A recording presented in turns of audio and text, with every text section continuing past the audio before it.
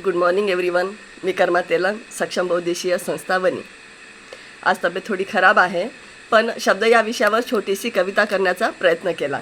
कशी वाटली नक्की सांगा, कारण तुमच्या शब्दांनीच मी मोटिवेट होते. तर चला, शब्द.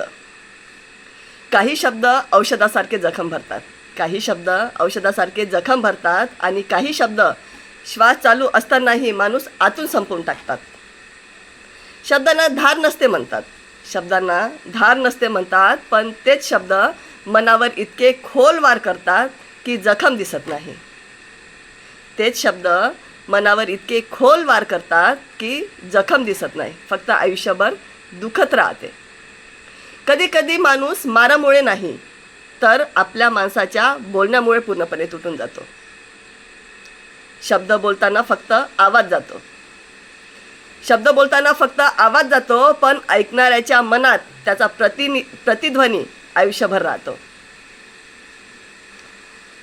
शब्द जपून वापरा, कारण तेच एखाद्याला जगवूही शकतात आणि तेच एखाद्याला संपवूही शकतात. तेच शब्द एखाद्याला जगवू शकतात आणि तेच एखाद्याला संपवू शकतात. म्हणून शब्द बदला, जीवन बदलेल. कशी वाटली कविता?